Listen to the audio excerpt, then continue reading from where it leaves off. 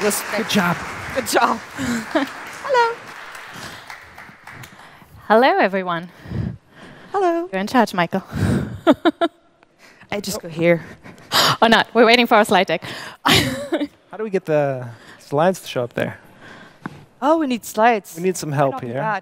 Woo, nice. Ah, there we go. Hello. Go ahead.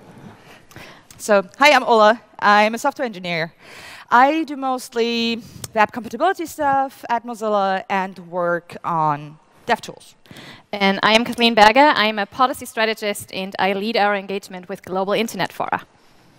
Hi, I'm Michael Henretty. I'm an open innovation strategist for Mozilla. I'm currently working on Project Common Voice, which I'll talk about in a minute here. And while it might sound, since we all work at Mozilla, that we constantly work together, but our teams are actually quite distinct. So this is not part of our regular jobs and quite unusual. Yeah, except that we actually work in the same office and have like very interesting conversations sometimes. That's right.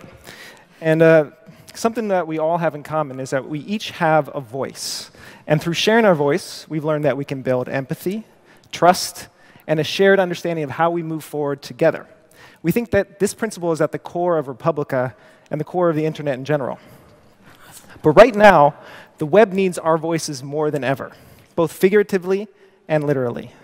Figuratively, because we have reached a turning point where people are starting to demand better protections of their private data and better protections from the products and services they use on the internet.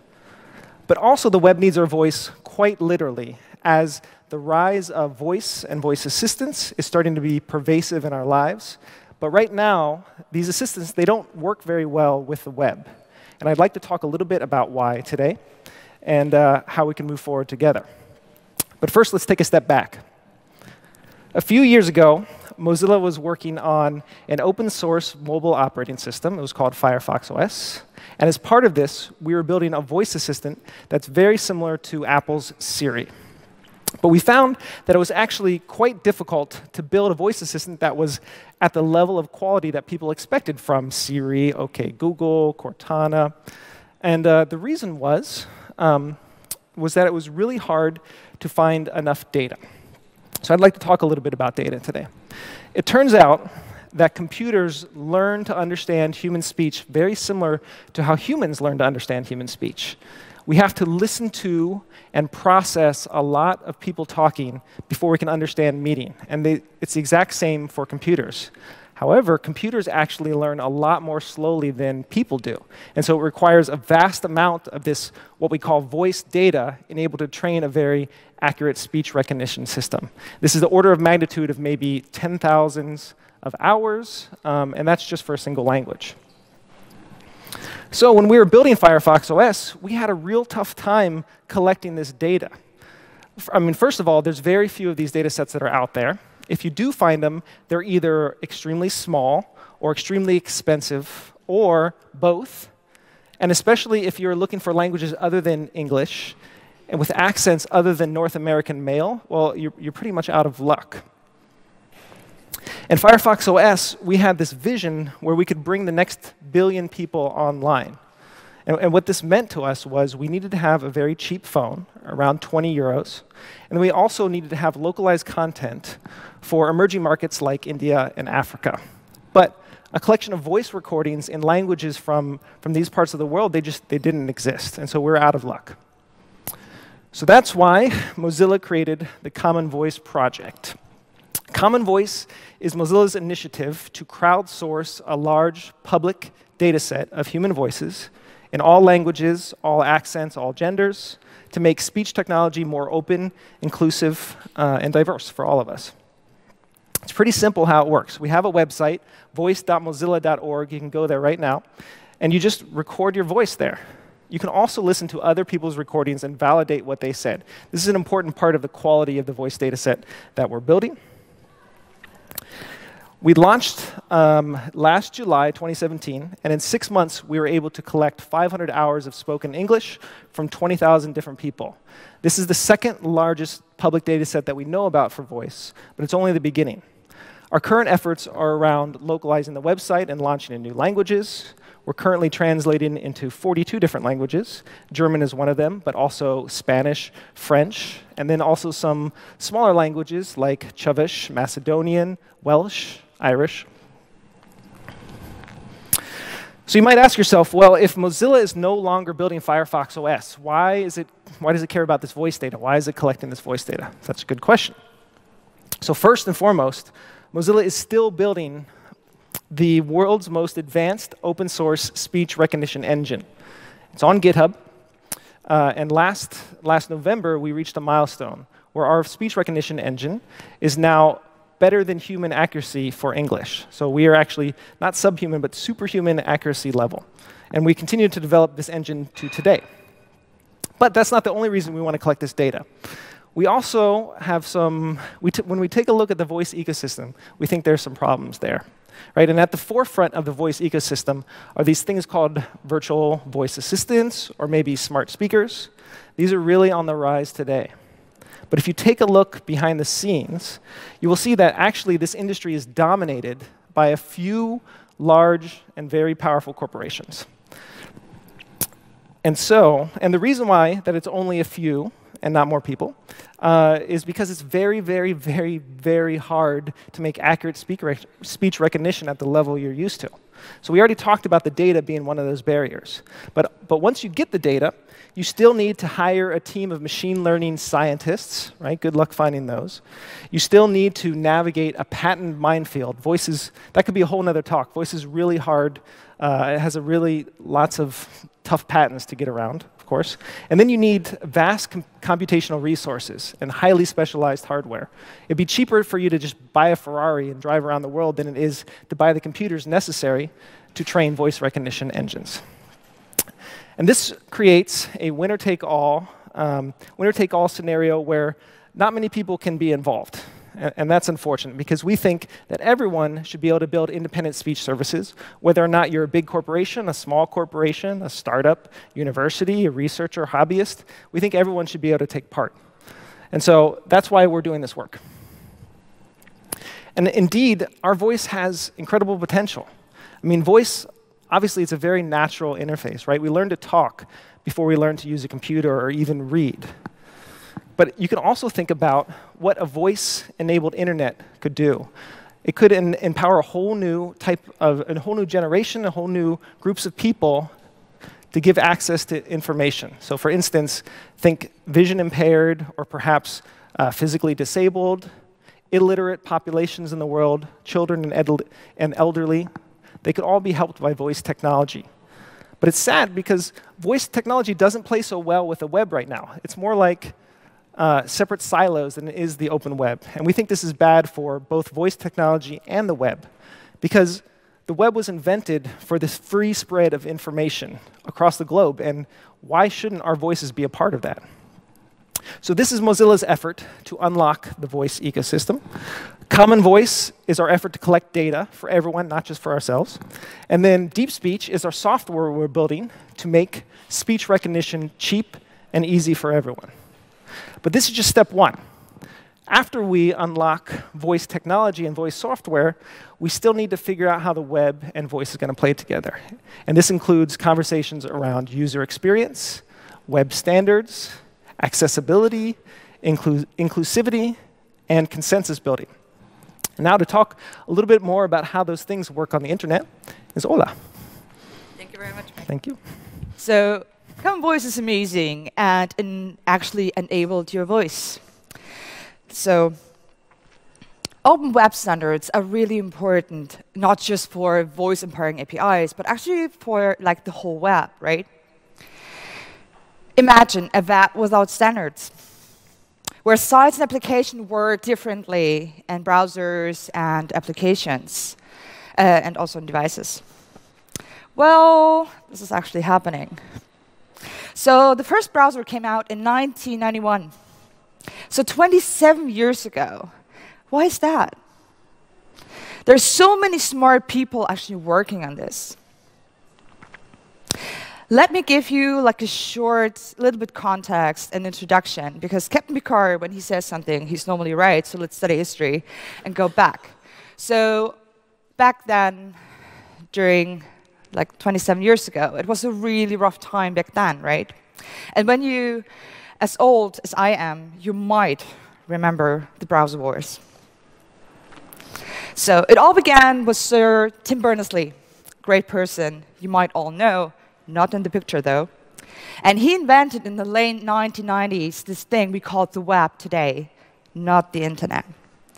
He also invented the very first browser called World Wide Web, which was renamed to Nexus for obvious reasons. And other browsers appeared through the years, but no one was like really usable. And then suddenly there was one that actually stood out. MOSAIC was the browser that actually led to the internet boom of the 1990s. 1993, it made the web relevant and touched off like a whole revolution. In 1994, MOSAIC was on its way to become the world's standard interface. MOSAIC was the very true first multi-platform browser. And that was a huge thing back then. Like, imagine a browser that works just on one platform.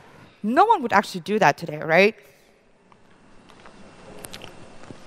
Several companies licensed MOSAIC to create their own commercial browsers. One of the engineers, the MOSAIC engineers, Mark Anderson, decided, nah, I like open source. So he released the code into the wild and created this browser called MOSAIC NETSCAPE that had to be renamed to NETSCAPE Navigator, you might remember. A year later, so in 1995, NETSCAPE Navigator was the dominating browser of the whole web because of two reasons. It improved MOSAIC usability and reliability a lot and was able, wait for it, you'll love it, load pages, like show pages as they're loaded. You remember this one? Yeah, it was really cool. And it was free for non-commercial use. And today you'd be like, wait, how can a browser not be free? 1995, Microsoft released the very first Internet Explorer. That was actually the beginning of the very first browser war. Users suddenly had a choice again between two usable multi-platform browsers that were free, because they were at some point also for commercial use. The war began. Battle for market share was quite rough. Browser vendors added features and support for various specs on the fly. So, new versions were released rapidly. And during that time, no one actually cared about standards or how to implement things. They basically just slapped things together and be like, yeah, we can release that, bye. So, for example, NETSCAPE released JavaScript support in 1995. And Microsoft replicated that and be like, hey, that's cool. Implement a totally different way, same API, and called it JScript. More HTML tags appeared, like Blink and Marquee, that are still very important until today. And they appeared to be the same implementation, totally different. In 1996, both added CSS support and reached feature parity within 1 year. Might be like, oh, that's just 3 languages. It's not that much, right? But it's actually like a massive achievement. And Opera, for example, released this browser the same year, but no one apparently noticed because the features weren't there. In October 1997, IE4 was released and distributed with Windows 95. And that was actually a game changer because we know everyone is like kind of lazy and don't want to install software. It was there, so people used it. And that was great. So this is why they became like the new dominant browser, attaining a peak of 96% in 2002. So the first browser war was actually a lot about features, and did I forget something? Oh, features, yeah. And like adding them before anyone else had a chance. The second browser war didn't look that much different, but there was just more of a focus on things like DevTools, for example. And that was really great. This time the combination, not just one operating system, but also like devices. That was the big game changer. And this time Chrome won the war, the second browser war, because Chrome devices were actually cheaper. Also, that was the point where everyone underneath started to use the kind of the same browser engines. So that was really great. As already mentioned before, like browser vendors really didn't care that much about standards. They just wanted to have the features released first, right? Because things got really out of hand, this nice person, Sir Tim Berners-Lee, formed in 1994 this thing called World Wide Web Consortium, short W3C. And they really want to foster web standards. So the W3C wrote specs, which were like a set of rules and how to implement requested features in all browsers. You can think of those as like code of conduct for code, and they're still like our common ground for the web. But they were slammed with feature requests, and vendors often ended up with like half-done specs, if they had any at all. They needed help. The community listened. So more organizations were formed by individuals from the community, like the WATWG, TC39, CSS working groups. There were so many, and there are still until today. And those groups actually talked to the community, and they listened. And through the direct feedback and the help from the community, things got so much better. Your voice actually suddenly mattered again. And it does until today. The bigger the crowd actually is, the more diverse the community is, the better something gets for like a wide amount of users. After all those years, we're at the point where we still have compat issues, but they're actually taken care of. It works really well because the whole community like raised the voice and helped out to provide a solution. But we have we face like a new threat today.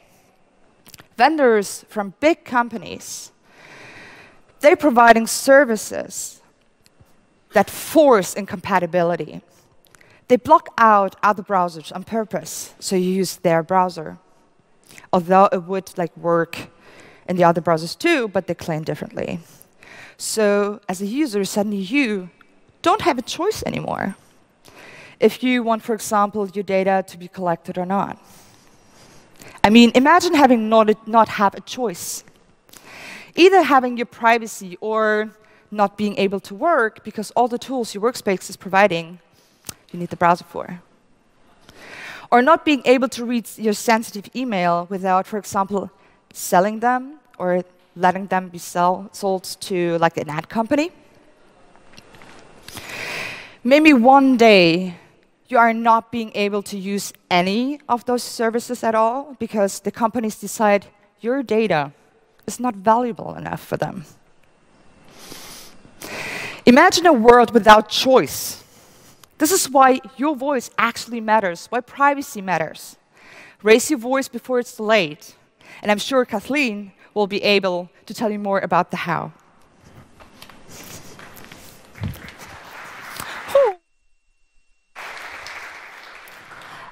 Are you loving it so far? It's sort of hard to describe how inspiring and uplifting it has been for me to work with these two individuals that you can no longer see because they went off stage. But they make me believe that it is really up to us to not just talk about a better future, but to make it happen.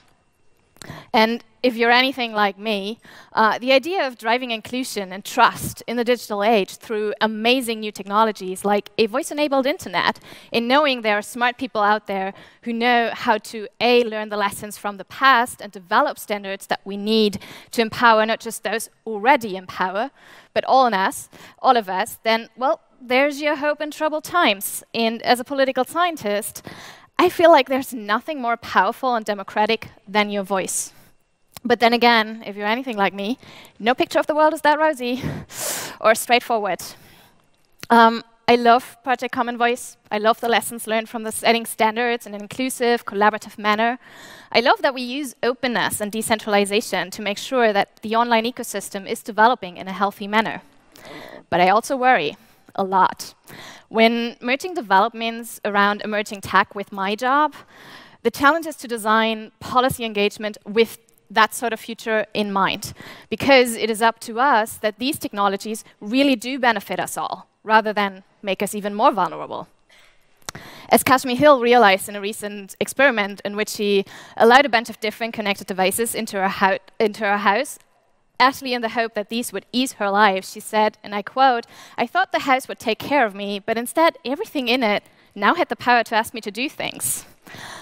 Overcrowded power plugs, different apps for every single device, lack of interoperability between different manufacturers, needing to reformulate your questions and commands over and over again until your voice-enabled assistant finally gets it, or not, which is when you probably get up to make your coffee yourself. There are many glitches. And if you think about the fact that most devices come with internet functionality built in as a feature these days, just in case, because, you know, the future, well, it turns out it is really, really hard for companies to resist peeking at that data, no matter how sensitive. And we haven't even started talking about security, vulnerabilities, surveillance, data breaches, blackmailing, and other forms of exploitation, or the fact that the data economy listens. It monitors. It maps our every action, thought, feeling, hope, and fear. And it remembers. It remembers more and longer than any individual human being can. And what about the fact that most voice-enabled assistants these days respond in a female voice? Gender disparities? Anyone? Breaking up traditional misogynistic, discriminating, oppressing, or exploitative power structures. That's of the technologies that we design and create is hard. And what about, okay, glitch? See? Glitches.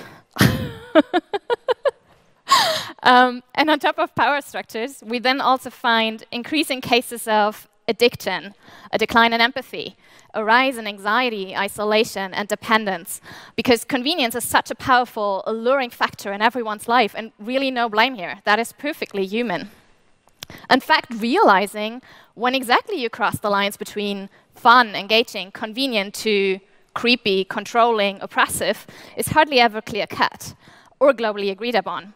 Our tolerance levels differ, and human curiosity drives us to push further, to experiment, to test, to ride the wave. That's ultimately the beauty of being human.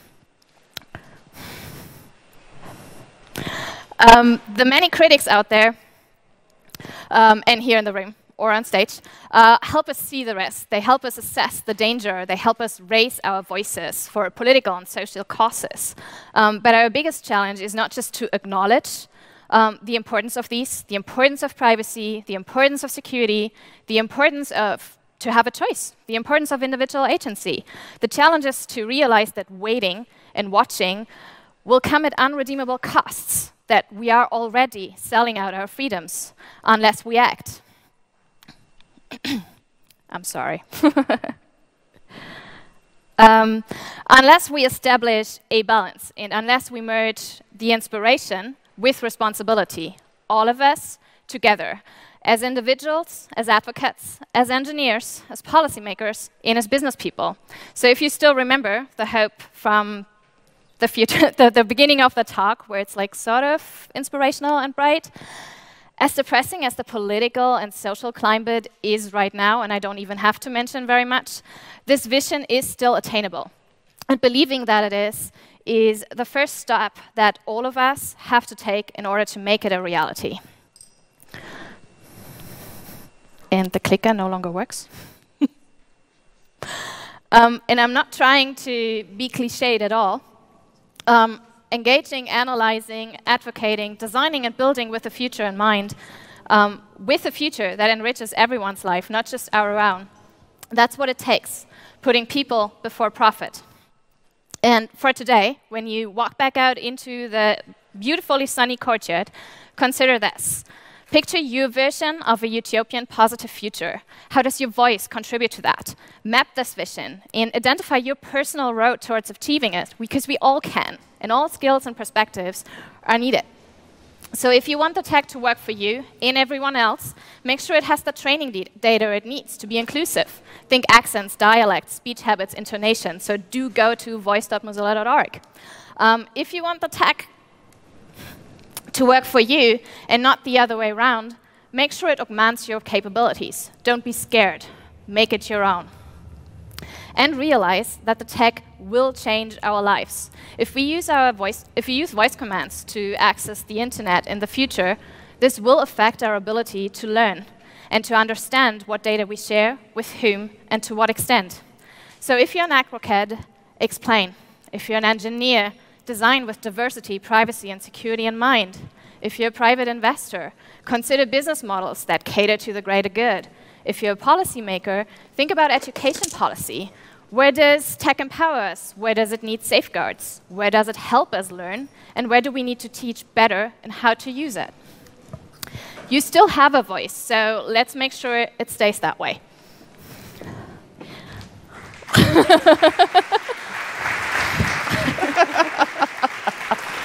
Thank you. It doesn't work any longer.